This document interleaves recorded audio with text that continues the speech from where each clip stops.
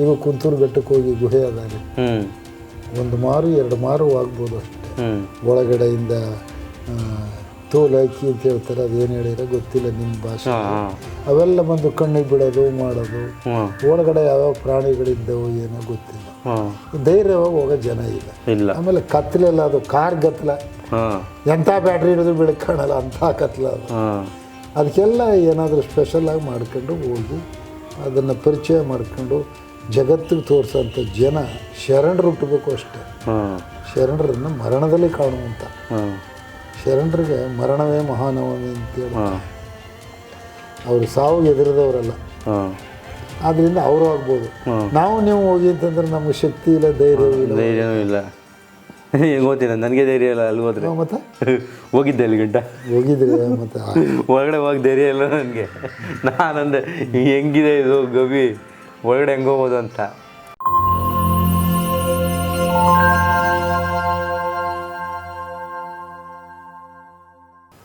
ಸಾಲೂರು ಮಠ ಅಂತ, ಅದನ್ನು ಈ ಮಠದ ಸ್ವಾಮೀಜಿ ಕಟ್ಟಿದ್ದು ಅಲ್ಲಿ ಸಾಲೂರಲ್ಲಿ.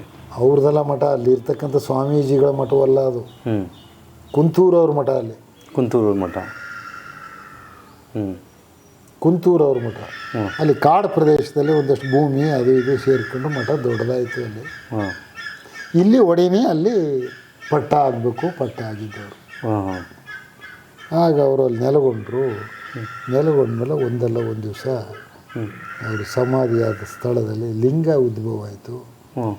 ಅದ ಒಬ್ಬ ಜುಂಜೇಗೌಡ ಅಂತಕ್ಕಂಥ ದನ ಕರ ಮೇಯಿಸ್ತಿದ್ದು, ಅವನಸ್ಸು ಮನೆಗೆ ಬಂದರೆ ರಕ್ತ ಕರೆಯೋದು, ಕಾಡಿಗೆ ಹೋದ್ರೆ ಹಾಲು ಕರೆಯೋದು ಆ ಬಿದಿರುಗುತ್ತಿ ಒಳಗೆ.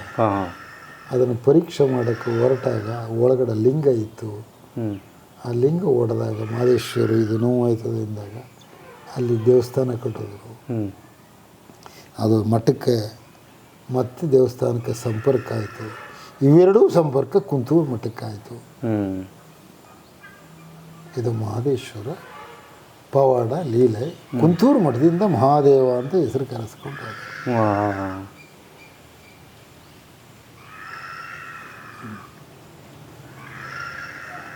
ಈಗಲೂ ಮಹದೇಶ್ವರದು ಒಂದಷ್ಟು ಕುರುಹುಗಳಿದೆಯಲ್ಲ ಇಲ್ಲೇ. ಅದೇ ಅವ್ರದ್ದೇ, ಇಲ್ಲಿ ಇದ್ದಾಗ ಅವ್ರ ಬೆತ್ತ ಜೋಳದ ಪ್ರತಿಯೊಂದು ಇದೆ ಕುರುಹು. ಇಲ್ಲಿಂದ ಪ್ರಸಾದ ಹೋಯ್ತಿತ್ತಲ್ಲ, ಪ್ರಸಾದ ಹೋದ್ರೆ ಪ್ರಸಾದನಿಗೆ ಸ್ವೀಕರಿಸ್ತಾರಲ್ಲ ಮಹದೇಶ್ವರರು. ತಂದು ಕೊಟ್ಟು ಅಂದ್ಬಿಟ್ರೆ ಈಗ ನಾವು ಹೊಸ್ತದ ಬುದ್ಧಿಯವರು ಭಸ್ಮ ಹಾಕು ಅಂದ್ರೆ ನಾ ಹಾಕ್ತಿರ್ಲಿಲ್ಲ, ಸುಮ್ಮನೆ ಏನೋ ಕೊಟ್ಟದ ಪ್ರಸಾದ ಅಂತ ತಿನ್ಕೊಂಡು ಹೊಂಟೈತಿದ್ದೆ. ವೀರಶೈವ ಧರ್ಮ ವಿಭೂತಿ, ಲಾಂಛನ ವಿಭೂತಿ,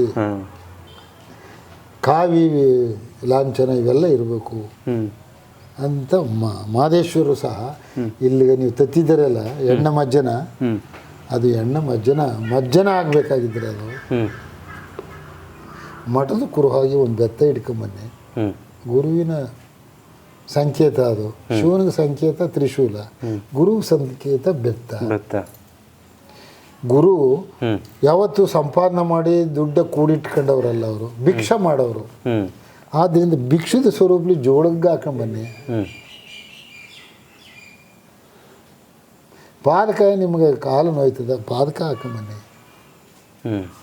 ಅಂತ ಹೇಳಿದ್ಮೇಲೆ ಅದೇ ಸಂಕೇತ ಇಲ್ಲಿ ತ್ರಿಶೂಲ, ಬೆತ್ತ, ಜೋಳ ಎಲ್ಲ ತಿಂಗಳಿಗೊಂದಪ್ಪ ಈಗಲೂ ಎಣ್ಣೆ ಮಜ್ಜನ ಅಂತ ಅಲ್ಲಿ ಹಿಂದಿನ ದಿವಸ ಇಲ್ಲಿ ಸಂಕೇತವಾಗಿ ಹೋಯ್ತದ.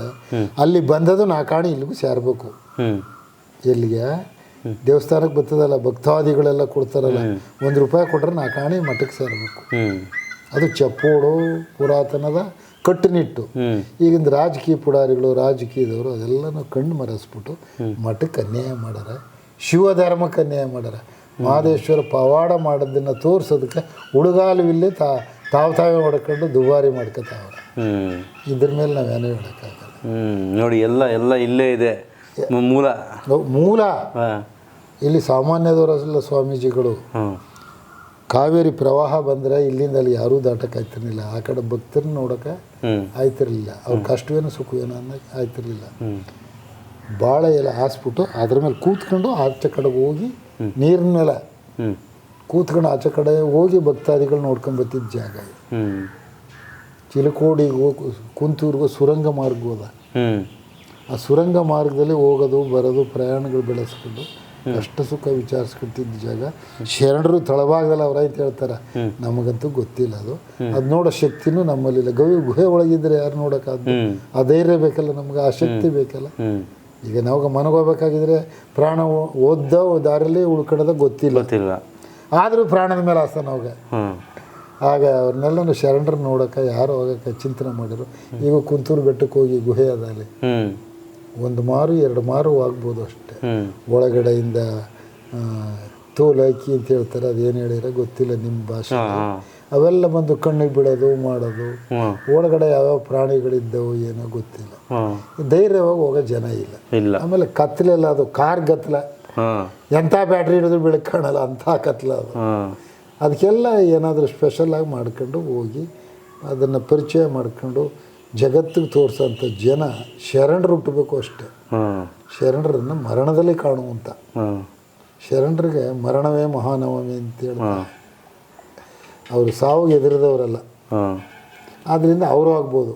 ನಾವು ನೀವು ಹೋಗಿ ಅಂತಂದ್ರೆ ನಮ್ಗೆ ಶಕ್ತಿ ಇಲ್ಲ, ಧೈರ್ಯವೂ ಇಲ್ಲ. ಗೊತ್ತಿಲ್ಲ, ನನಗೆ ಧೈರ್ಯ ಇಲ್ಲ ಅಲ್ಲಿ ಹೋದ್ರೆ. ಮತ್ತೆ ಹೋಗಿದ್ದೆ ಅಲ್ಲಿ ಗಂಟ ಹೋಗಿದ್ರಿ, ಮತ್ತೆ ಒಳಗಡೆ ಹೋಗಿ ಧೈರ್ಯ ಇಲ್ಲ ನನಗೆ. ನಾನಂದೆ ಹೆಂಗಿದೆ ಇದು ಗವಿ, ಒಳಗಡೆ ಹೆಂಗೆ ಹೋಗೋದು ಅಂತ.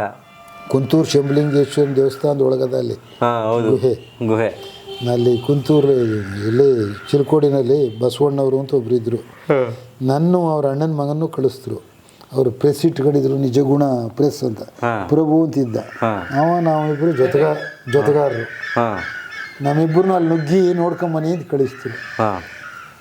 1-2 ಬ್ಯಾಟ್ರಿ ಕೊಟ್ಟಿದ್ರು ಕೈಗೆ, ಉದ್ದವಾಗಿ ಕಂತ ಕಟ್ಕೊಂಡು ವೈರ್ ಕೊಟ್ಟಿದ್ರು. ನಾವು ಬಲ್ಪ್ ಇಟ್ಕೊಂಡು ಒಳಗೆ ಹೋಯ್ತಿದ್ದ, ಎಲ್ಲಿ ಬೆಳಕು ಬೀಳುತ್ತೆ ಅಲ್ಲಿವರೆಗೆ. ಇಲ್ಲಿಂದ ಅಲ್ಲಿವರೆಗೆ ಹೋಗಿ, ಎಲ್ಲಿವರೆಗೆ ಗೇಟ್ನವ್ರಿಗೆ, ಅಲ್ಲಿ ಕೆಳಗೆ ಇಳಿಬೇಕು, ಮುಚ್ಚಿ ಹೋಗೋದು. ನಾನು ಪ್ರಭುನಿಗ ಮುಂದೆ ಹೋಗಯ್ಯ ಅಂದೆ. ನಾನು ಪ್ರಭು ಸ್ವಾಮಿ ಅಂತ ಅವ್ರ ಹೆಸರು. ಬಸವಣ್ಣವರಿದ್ದು, ನೀನು ಹೋಗು ರಕ್ಷಕರು, ನೀನು ಹೋಗು ಮೂರ್ತಿ, ನೀನು ಧೈರ್ಯಶಾಲಿ ಅಂತೇವೆ ಅಂತ ಹೋಗೋದು. ಬುದ್ಧಿ ಇದು ಬ್ಯಾಡಿ, ನಿಮ್ಮ ಅಣ್ಣನ ಮಗನಾದ್ರೇನ ನಾನಾದ್ರೇನ, ಪ್ರಪಂಚ ಬಿಟ್ಟು ಒಳಗೆ ಹೋಗ್ಬೇಕು ಅಂತ ಬಂದೀವಿ, ಒಯ್ತೀವಿ ನೋಡೋ ಬಿಡಿದ್ದೀನಿ. ನಾನು ನಮ್ಮಿಂದ ಹೋಗೋ ಶಕ್ತಿ ಬರಲಿಲ್ಲ, ವಾಪಸ್ ಬಂದರು. ಶಿವ ಗುರುಮಲ್ಲೇಶ. ಸಾಲೂರಲ್ಲಿ ಜನಿಸಿದವರು ಶ್ರೀಶೈಲದ ಪಕ್ಕ ಮಾದೇಶ್ವರರು. ಅಲ್ಲಿ ವ್ಯಾಘ್ರಾನಂದ ಮಹರ್ಷಿಗಳು ಬಂದವರು, ಅವ್ರಿಗೆ ಉಪದೇಶ ಮಾಡಿದವರು. ಕುಂತೂರು ಮಠಕ್ಕೆ ಅವರು ಜಗತ್ತಿನಲ್ಲಿ ಶಿವಧರ್ಮವನ್ನು ಪ್ರಚಾರ ಮಾಡ್ಕೊಂಡ್ಬಂದು ಕುಂತೂರು ಮಠದಲ್ಲಿ ಅವ್ರಿಗೆ ನಾಮಕರಣ ಮಾಡ್ಕೊಂಡು ಮಹಾದೇಶ್ವರ ಬೆಟ್ಟದಲ್ಲಿ ತಪಸ್ವಿಗಳಾಗಿ ನೆಲೆಗೊಂಡು ಜಗತ್ತಿಗೆ ಪ್ರಸಿದ್ಧವಾದರು. ಜಗತ್ತನ್ನು ಉದ್ಧಾರ ಮಾಡಿದ್ರು. ಸಾಮಾನ್ಯ ಮಟ್ಟದ ಜನಕ್ಕೆಲ್ಲ ಬೆಳಕಿಗೆ ತಂದರು. ಇದು ಅವ್ರದ್ದು ಅಮೋಘ, ಅವ್ರ ಪವಾಡ, ಅವ್ರ ಲೀಲೆ. ಅವರೇ 2ನೇ ಶಿವನು, ಇದರಲ್ಲಿ ಬೇರೆ ಮಾತಿಲ್ಲ.